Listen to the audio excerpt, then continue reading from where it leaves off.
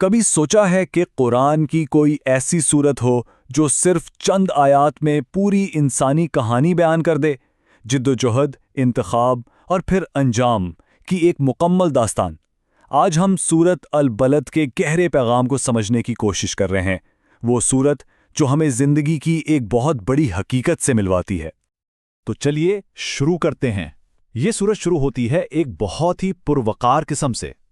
اللہ تعالیٰ اس شہر یعنی مکہ کی قسم کھا رہا ہے جو اس کے پیغام کے لیے ایک سنجیدہ اور گہری بنیاد رکھتی ہے۔ اچھا، اس قسم کے فوراً بعد ہی سورت اپنے اصل موضوع کی طرف آتی ہے، اور وہ ہے انسانی جدوجہد۔ یہاں ایک بڑا اہم لفظ استعمال ہوا ہے، کبد۔ اس کا مطلب ہے مسلسل مشقت اور جدوجہد۔ قرآن ہمیں شروع میں ہی بتا دیتا ہے کہ بھائی یہ زندگی کوئی پھولوں کی سیج نہیں ہے، بلکہ یہ ایک مسلسل محنت کا میدان ہے، اور یہ صرف کوئی جسمانی محنت نہیں ہے بلکہ روزمرہ کی ذہنی کشمکش، اپنے مقاصد کے لیے بھاگ دوڑ، رشتے نبھانے کی کوشش، یہ سب اسی کبد کا حصہ ہیں۔ اور پھر آتی ہے یہ آیت جو اس پوری حقیقت کو ایک جملے میں سمیٹ دیتی ہے۔ یہ ایک ایسی عالمگیر سچائی ہے جس سے ہر کوئی ہر جگہ خود کو جوڑ سکتا ہے۔ پیدائش سے لے کر موت تک زندگی چیلنجز اور مشکلات سے بھری ہوئی ہے۔ لیکن اس جدوجہد کے ساتھ ساتھ ایک اور مسئلہ بھی ہے، اور وہ ہے انسان کا غرور اور اس کی غفلت، جس پر یہ سورت بات کرتی ہے۔ یہ سوال سیدھا انسان کے تکبر پر لگتا ہے۔ جب انسان کے پاس تھوڑی طاقت آ جاتی ہے، تھوڑا پیسہ آ جاتا ہے، تو وہ اکثر یہ بھولنے لگتا ہے کہ اس سے بھی بڑی ایک طاقت ہے جو سب کچھ دیکھ رہی ہے۔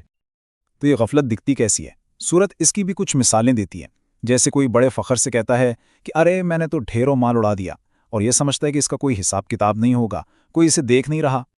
لیکن اللہ نے انسان کو ایسے ہی نہیں چھوڑ دیا۔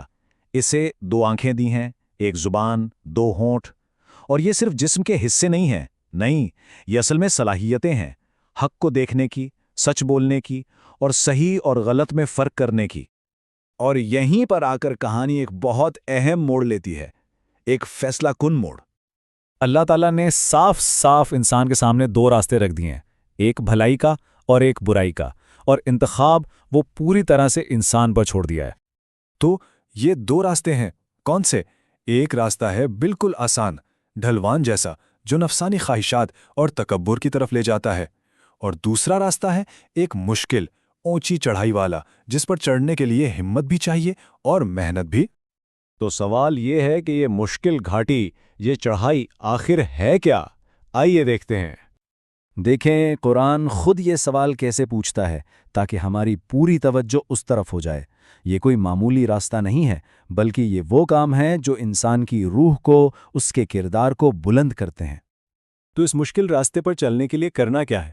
قرآن ہمیں بالکل واضح اقدامات بتاتا ہے۔ پہلا، کسی کو غلامی سے آزاد کرنا۔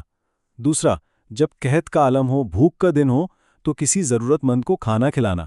اور پھر یہ سب کرنے کے بعد ایمان والوں کی کمیونٹی کا حصہ بننا، جہاں لوگ ایک دوسرے کو صبر اور رحم کی تلقین کرتے ہیں۔ یعنی یہ صرف ذاتی نیکی نہیں، بلکہ ایک سماجی ذمہ داری ہے۔ یہ ساری باتیں کوئی خیالی فلسفہ نہیں ہے، یہ ہدایات سیدھی قرآن سے آ رہی ہیں۔ یہ ایک عملی منصوبہ ہے جو معاشرے کے سب سے کمزور لوگوں کی مدد کو ایمان کا ایک لازمی حصہ بناتا ہے۔ اب آتے ہیں کہانی کے انجام کی طرف۔ جب انتخاب کر لیا، راستہ چن لیا، تو اس کا نتیجہ کیا نکلتا ہے؟ جن لوگوں نے وہ مشکل گھاٹی چڑھنے کا فیصلہ کیا، جنہوں نے ہمدردی اور ایمان کا راستہ چنا، انہیں کہا گیا ہے اصحاب المیمنہ، یعنی دائیں ہاتھ والے۔ اور عرب کلچر میں دائیں ہاتھ ہمیشہ سے عزت، طاقت اور کامیابی کی علامت رہا ہے۔ یہ ان کی کامیابی کی طرف ایک اشارہ ہے۔ اور دوسری طرف وہ لوگ ہیں جنہوں نے آسان راستہ چنا، تکبر اور غفلت میں ہی پڑے رہے۔ انہیں کہا گیا ہے اصحاب المشیمہ، یعنی بائیں ہاتھ والے، جو ناکامی اور بدقسمتی کی نشانی ہے۔ اور جو لوگ انکار کرتے ہیں، ان کا انجام بھی بالکل صاف بتا دیا گیا ہے۔ ایک ایسی آگ جو ہر طرف سے بند ہوگی، جس سے بچ کر بھاگنے کا کوئی راستہ نہیں ہوگا۔